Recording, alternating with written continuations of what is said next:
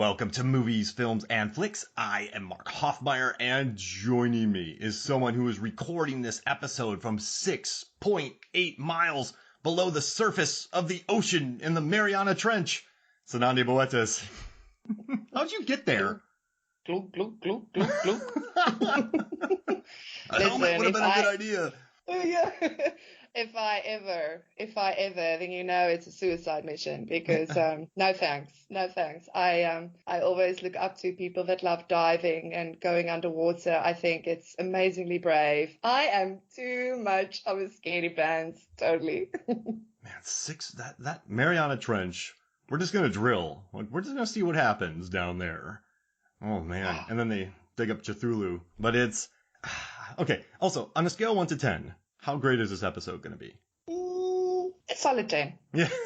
It's a 10. It's a 10. Oh, yeah, because that line, of course. It's a 10. I love how honest Kristen Stewart as Nora is when Vincent Cassel, who's Lucian, the captain of the Kepler, on the scale of 1 to 10, how damaged are we? 10. There's no messing around there, and I love it. Yeah, she's so straight. I love it also when they're talking around the table and Captain Lucian is like, guys, this is the only thing we can do. We need to go for a little walkabout on the bottom of the ocean floor to get out of here. And she's like, can we just admit that we might die? Can we just can someone say the obvious? Mm-hmm. I love how she's just straight with the, yeah, okay, I might be the cynical one and no one wants to hear it, but also, can we just be honest about the fact that we might all die? Yeah, I love her character in this. And Lucian drops a bomb on her too. He's like, yeah, we might die, but what happens if we stay here? We're dead. And then she's like, good point. Fair enough. Yeah. So, because he's also like, yeah, we might live. Can you at least admit we might live? And she's like, yeah. Glass half full kind of guy.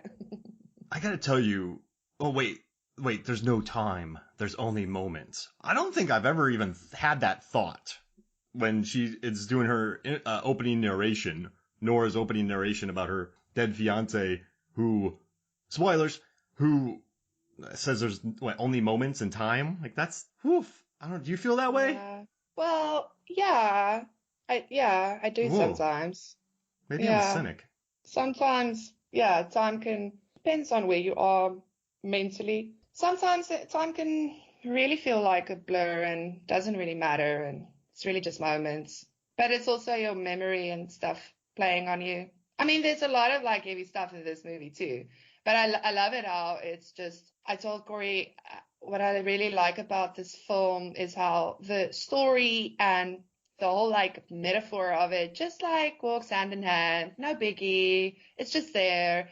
You can, you don't even have to worry about it. It's there for you to see or not to see. It doesn't matter. Because both are so strong, but they're always there. It's as a scriptwriter, any scriptwriting course, any 101 scriptwriting course you ever take, they'll always tell you, cool, so you've got your story. Story always needs to have a theme and a theme or a metaphor or whatever you want to, and you always write that down and you glue it to your screen or your wall or whatever. And as you write, you're always thinking about that. And I feel this movie definitely had a great marriage between the themes and the story. It felt so effortless because it's a great action story. A lot of people have said Alien Under the Sea. How fun is that? What a fun concept. It worked for me. But yeah, there's also a lot of other things. There's the whole doing stuff to Mother Nature that we're maybe not supposed to do. It's F around and find out type of vibe. But there's also definitely a thing about loss and grief as well. I mean, you've got I love it how the two strong leaders of the group were both that's lost someone, so they're there to help the others get through this terrible, horrible mess, seeing people die, freaking out about it. I think it was just such a fun exploration of all of that in a very simple, so much fun, great monster movie. When people say it's Alien in the ocean, I go, yes! But then there's people who are like, it's just Alien in the ocean. I'm like, yeah, but that's awesome.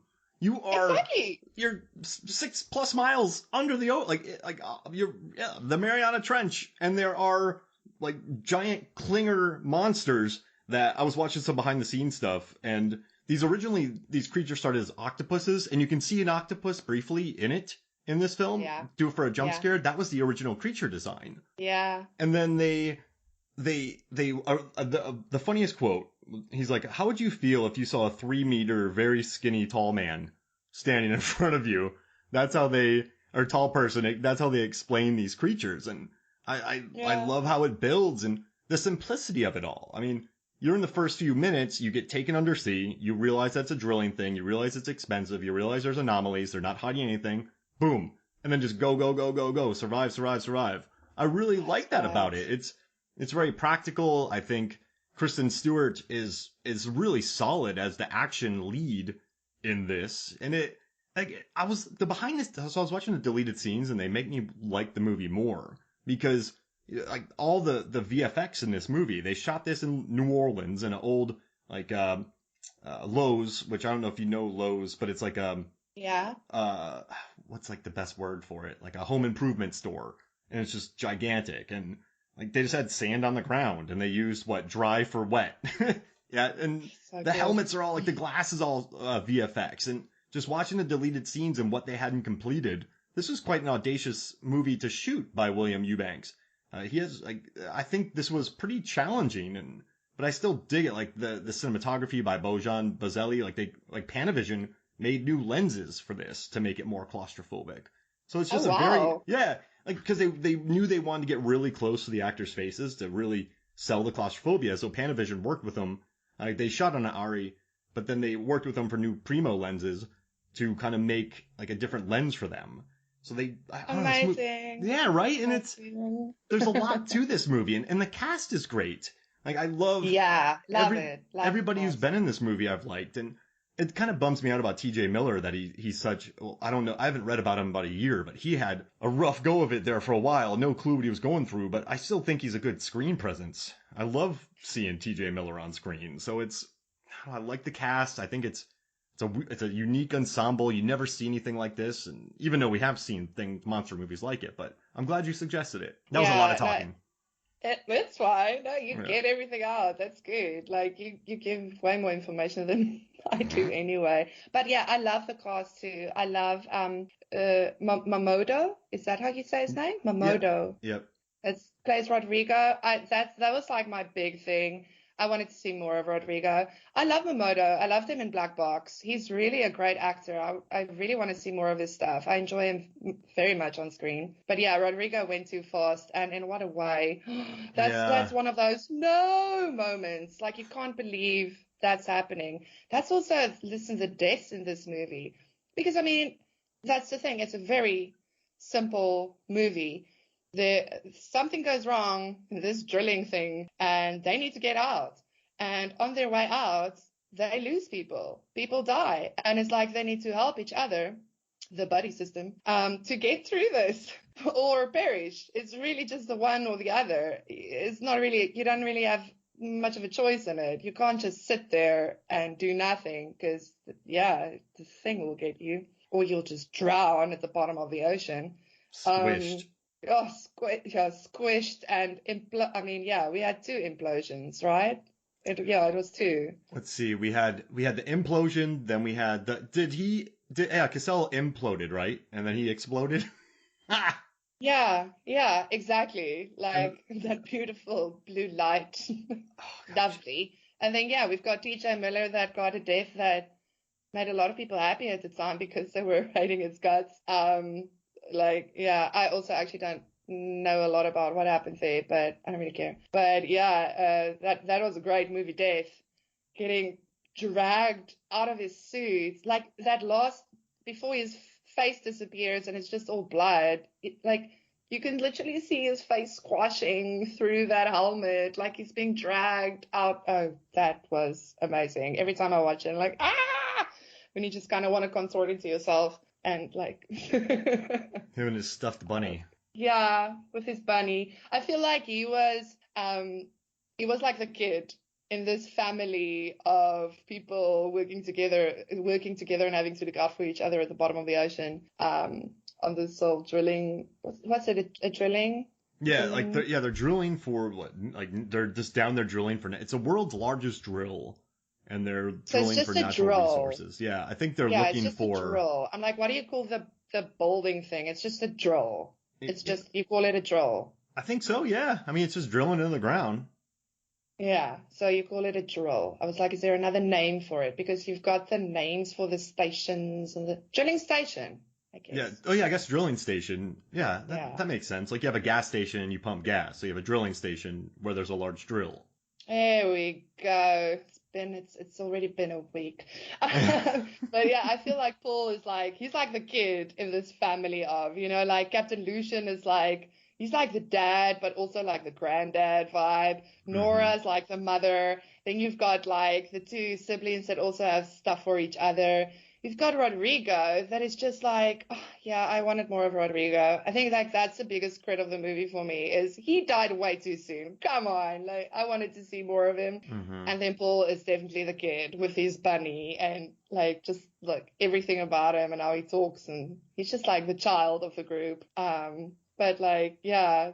I think they needed that kill too with Rodrigo because I guess they kept Paul around, played by T.J. Miller, because you want that comedy. But then there's Rodrigo, the super nice guy who does sacrifice. He knows his mask is bad, but I think you need to know the danger of being underwater. Does that make sense? Even though, I mean, listen, yeah, I'll be in a pool sometimes and I go underwater for 3 seconds. I'm like, let me out of here. So I understand the dangers of the deep. But yeah, I guess you needed that. And then I guess you needed to show what happens if you go up too fast, you explode. And then what the monsters could do to you. It's only 3 deaths. Well, no, there's more. But like, well, yeah, there's three characters that we know. Lee gets shown, but we don't even know Lee really. So it's really just 3 characters that matter to us that we see their deaths, which is not a lot. So that was the thing because I was initially saying, but couldn't you just use like a different actor or actress even like and just like have them die first the way Rodrigo did? But then it was like, no, because I do get that because that was a big one. I mean, initially it was Nora and Rodrigo feeling so bad because they had to shut the door on those other two when the whole thing started going south. And they were like feeling so guilty and Rodrigo was telling her, don't, it's not your fault. We can't like, put all the guilt on us now. We need to move on. And then he dies and it shakes her.